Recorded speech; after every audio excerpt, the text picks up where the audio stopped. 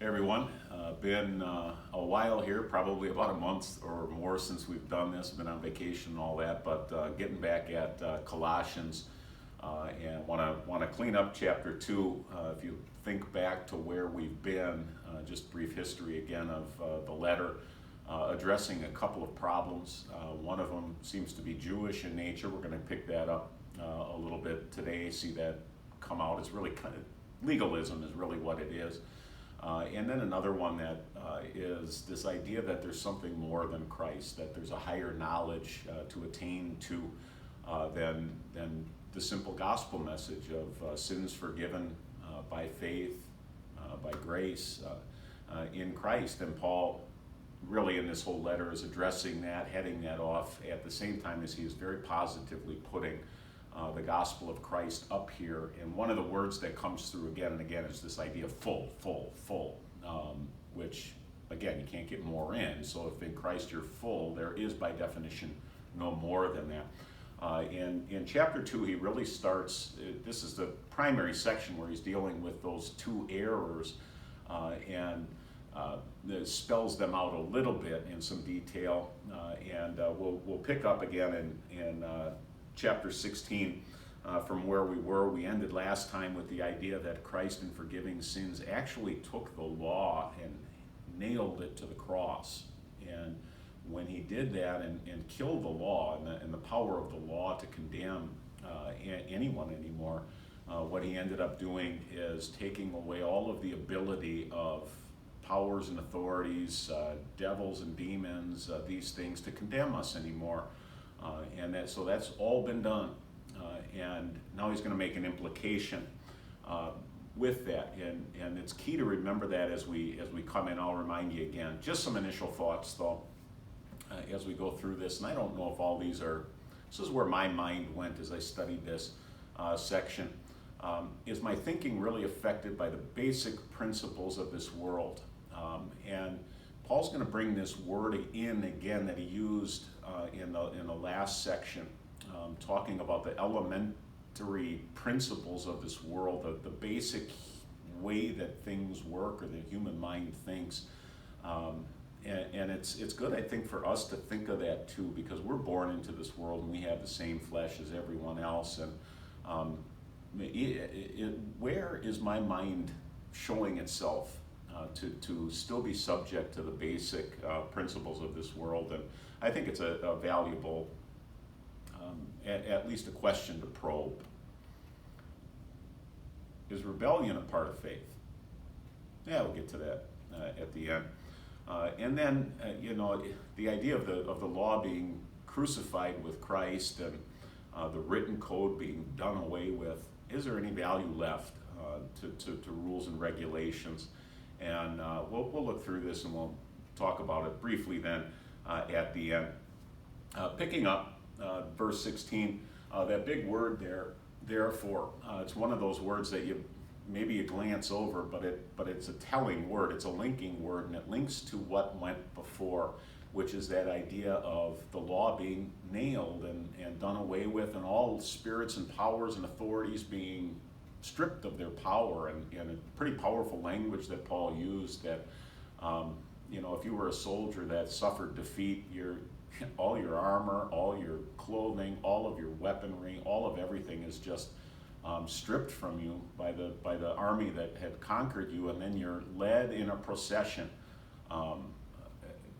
conquered. And that's the picture there that Paul had left us with, and now in 16, because of that. Now, what's the implication? Therefore, Paul says, don't let anyone judge you by what you eat or drink, or with regard to a religious festival, a new moon celebration, or a Sabbath day. These are a shadow of things that were to come. The reality, however, is found in Christ. And so this is where you can pick up kind of really the Jewish flavor. The things that are listed there, by what you eat or drink, and there were dietary restrictions and things like that in the Old Testament, the Old Code, what was clean and what was unclean. Paul says, don't let people judge you by these things anymore in this way. With regard to a religious festival, there were three primary annual festivals in the Jewish calendar, a new moon celebration. Well, new moon, well, that's monthly celebrations there, or a Sabbath day, which, well, that's a weekly thing. So Paul really covers the calendar here. All these things, Paul says, don't let anybody judge you according to these things anymore. As you just understand that was going on in this area, that people were looking at people saying, you're not celebrating this festival, or doing this or doing that, or you're eating that, you shouldn't be eating it. Paul says, don't let that happen to you anymore. Well, what was the value of the law? Well, those were a shadow of what was to come, and now Christ has come. And I'll illustrate really what this is at the end, the picture behind that. But the idea again being, Christ fulfilled all these things. He's the fullness of all the things that were in the Old Testament. Now that he's there, why are you trying to add this back into him? There's no room there for him in the cup, so to speak. It's already full in Christ. Another one, do not let anyone who delights in false humility and the worship of angels disqualify you. Such a person goes into great detail about what they've seen. They are puffed up with idle notions by their unspiritual mind. The idea of humility is a neat one, and the way that Paul words this here too is kind of neat. Humility is one of those things that it's hard to put your finger on exactly what it is. I guess my impression has always been that someone who carries humility with them by the way that they carry it. And I think of a certain gentleman that I knew 25 years ago, a professor that I knew, a very gifted professor, and he just was he's the humblest guy I've ever known. Very, very, very gifted, but just humble, and it's not like he tried to be. He just was that way. As soon as you start to point to your own humility, you lose humility, though. And I think of another quote, I think of a former president who when talking about humility, says, I don't know why they're talking about me. I'm a lot humbler in my faith than he is. And just laugh at something like that, because you just prove yourself not humble when you're puffing yourself up about your own humility. Suddenly your humility is a source of pride, and that kind of cancels out the humility to begin with. Well, apparently what's going on in the congregation is there are people who are delighting in being humble, and they're puffing themselves up, going, look how humble I am. And what it seems to be is some kind of association with the spirit world, the worship of angels. And that's kind of an interesting thing, because you can take that in two different directions. Whether they themselves worshiped angels, or whether they were talking about, and this seems to be the case, that they were saying, I'm so humble I can't approach God even through Christ, I must do it through an angel. So the worship of angels will be the worship that the angels themselves were participating in before God on their behalf, which seems, I suppose, to be a step down in humility, but they were going on and on about it. Not only is it not necessary and false, but you kind of do away with your whole humility thing when you're puffing yourself up and taking pride in it. Unspiritual minds that lead to that. Why has this happened? They've lost connection with the head, from whom the whole body, supported and held together by its ligaments and sinews, grows and as God causes it to grow. Of course, we understand the head is Christ, who holds the whole body of the church together, the whole body of believers throughout time. When you lose connection with Christ, and it's kind of interesting, and I just thought of this here, when you put an angel between you and Christ, you've lost direct connection with Christ. And it's no wonder what was happening there was happening when you lose connection with Christ. You're not growing anymore, as Paul says here. Christ is the source of all growth, all spiritual life, and you can't measure it in terms of these legalistic ways of measuring it. Are you fulfilling this? Are you doing that? Are you not doing this? And this is, when you start doing this and you stop doing that, then you're growing. Well, that's not the way that it's measured by faith in Christ. And that's what's going on in Colossae now. Since you died with Christ to the elemental spiritual forces of this world, why, as though you still belong to the world, do you submit to its rules? Do not handle, do not taste, do not touch.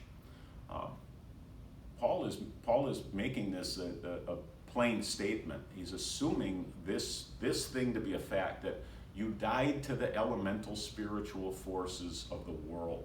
You died along with Christ. Christ took all the law and all the condemnation, all of the judgment that comes based on God's law, and he took that with him to the cross and was crucified along with the power of the law there.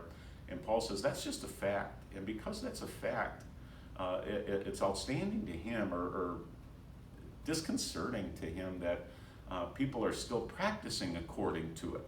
Again, he's pulling this idea forward from verse 8, I believe. Yeah, see that no one takes you captive through hollow and deceptive philosophy, which depends on human tradition and the basic principles of the world. If you remember the discussion on them, this constant, consistent way that the world works, which is to sit here and do, don't, and measure you according to that prevailing way that the world works. Paul says you died to it. Stop practicing it. Don't let people talk you into it. Don't let people judge you or the gospel or your faith in that way, because the gospel's wholly removed from that. These rules, which have to do with things that are all destined to perish with use, are based on merely human commands and teachings. This idea is just, it's not going to be alive. Just imagine what heaven's going to be. When the elemental way that the world works through law and judgment and condemnation and trying to force people into a mode through these ways, that's all gone. Being able to look at someone and not wonder why they're not doing something that they should be doing, that'll be gone. That'll be gone. That's all destined to die with this world. And any remnant of it, that's not what Christ is. It's not what God is. It's not what grace is. It's not how God has established his relationship through faith with his people anymore. And anything that is a remnant of it is really just merely human command and a human way of dealing with things. Paul concedes that such regulations have an appearance of wisdom. Their self-imposed worship, false humility, their harsh treatment of the body, but Paul says they lack any value in restraining sensual indulgence, and this is the key thing here. Maybe not the key thing to the letter, but a key understanding and a point. You can get, I suppose, outward performance, and you can get things to look the way you want them to by picking up a whip and whipping people into it. That's the elemental way of the world. But they lack any value in restraining. Paul uses sensual indulgence here, but getting at the heart. You can't fix the heart. I've always said the illustration I use with the catechism kids is I can make any of those kids eat anything that I want them to eat. If I hold a gun to their head, they'll eat it. What I cannot do is make them like it or make them want to eat it. And that's what Paul is really distinguishing here. You can do all of these things. And certainly if the Jews want to continue to celebrate the Passover and they want to celebrate some of the harvest festivals and things like that they're within their right to do that. We all do something. But the idea that you are going to start saying this is mandatory, that this is essential to your faith in Christ, there's no value in it. In fact, it's probably a negative value, in fact. So that's that section, starting to deal again more directly with the issues that are there, and you get a clearer picture through chapter 2 of what the issues in Colossae are. Legalism, Jewish flavored legalism. Gnosticism is the technical word, but that doesn't really relate to one teaching. The idea that there's some more thinking, more knowledge to be attained beyond the gospel of Jesus, and then this little, maybe spiritual misunderstanding with the angels. Those seem to be the problems that are there. Not unique to Colossae. They still are floating around. And I think Paul lines it up really neatly when he uses that word, the elemental spiritual, the elemental way of this world. It really tells you that it's going to be a problem until Christ comes again. Is my thinking really affected by the basic principles of this world? Yeah, it still is. I'm going to go on a limb here and just talk about the face mask issue in our time right now. I mean, seriously, we've got people on, I've been talking with more pastors lately about it, and we all kind of are of the same mind. It really is fascinating, I guess if you want to use that word, not in a positive way, but it's fascinating how in our church body you can have people whose opinions are way over here, who can't believe that there's anybody who wouldn't want to wear a face mask. And then there's people way over here who just think this whole thing is bogus and are upset at the very prospect of even being asked to wear a face mask. Now you've got this within our church body. How are you, where are you sitting on it? And that's one question, where do you sit? But how do you view those, if you're over here, who sit over here, or if you're over here, how do you view those who sit over here, and why? I think it's a legitimate question.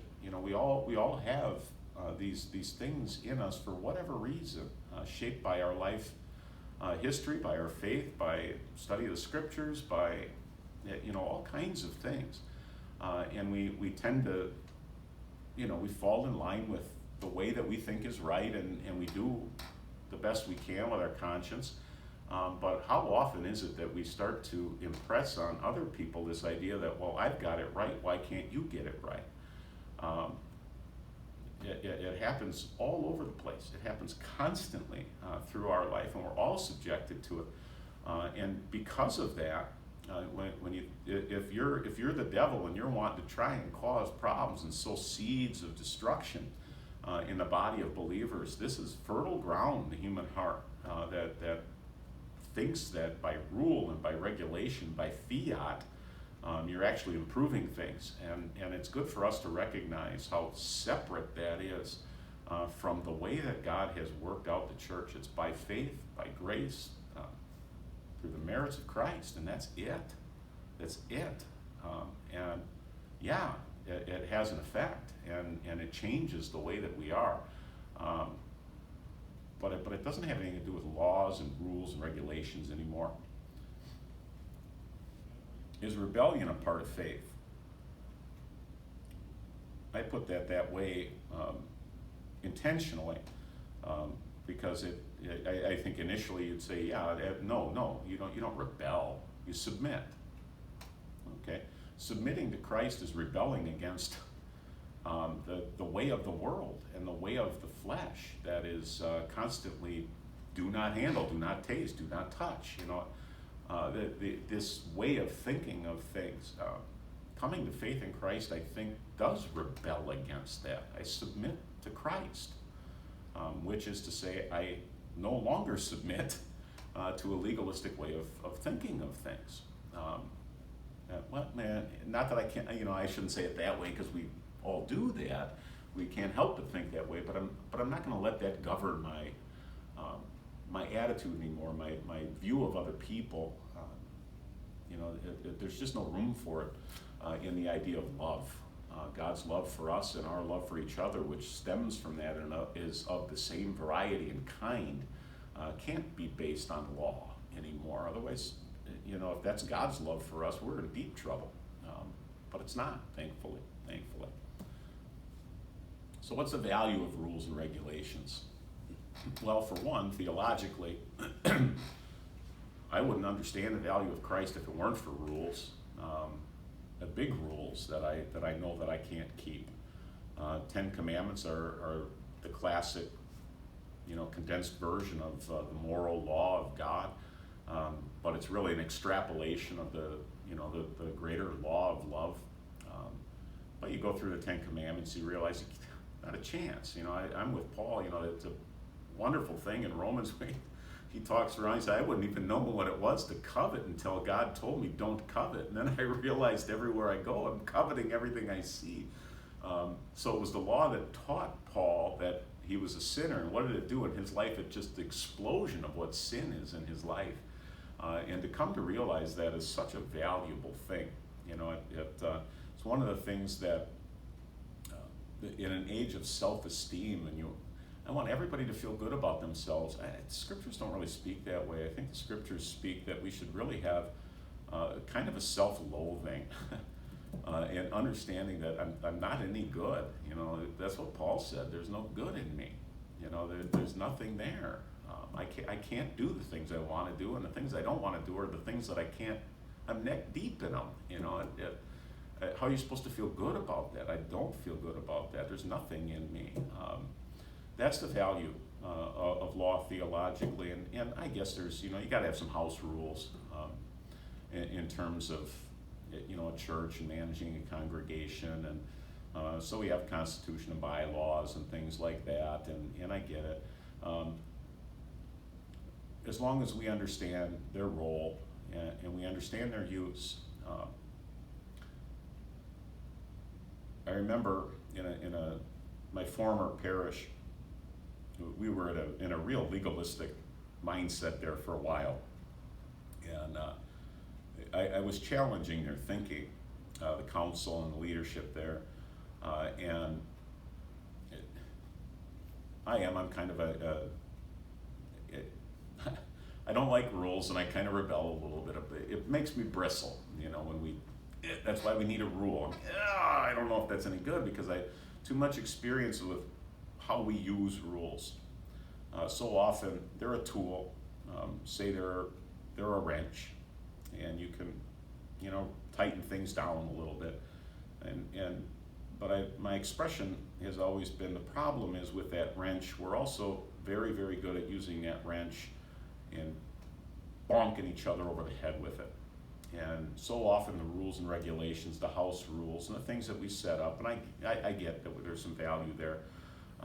So often those become the things that we pick up and say, do you see what we have a rule? And it becomes that, and you can so easily lose in the individual, and it becomes a community mindset, a spirit in a congregation, that you can lose what love is and the genuine Christian spirit, because you get so focused on these rules and the elementary way that human beings in this world works. When a church has a different spirit than that about it, boy, it's a beautiful thing. It's a beautiful thing, the air that you breathe and the love that is there between people. Suddenly that's different than the whole rest of the world that still is functioning under that principle, and I think that's kind of the goal of love. Anyway, that's chapter 2. Last thing, the old law, they're a shadow of things that were to come. You see a picture of a shadow, and I suppose you look at the shadow, you see the shadow maybe even first. If you're not looking, you see the motion on the ground, you look down, you see a shadow, but you don't stay fixated on the shadow. Eventually your eyes see the head move, and you start making your way up until you see the person who's casting the shadow. And that's, what Paul says the Old Testament was. It's a shadow of Christ's approach. And now that Christ has come, who cares about the shadow? That's kind of the whole point that Paul is making here, and will make through a lot of his writings in dealing with this Jewish legalism that was there in his day. And it's good for us to, apply that just to our own legalistic instincts that we still wrestle with, all of us, that are there. So that's it, chapter 2. Chapter 3, we will get into encouragement for what kind of things that we can look for. And I always find it interesting when Paul talks about those things. And as we get into that, we'll get kind of practical into what life ought to look like and everything else, the way that Paul wants to talk about it. So until then, God bless, and we'll see you around the corner.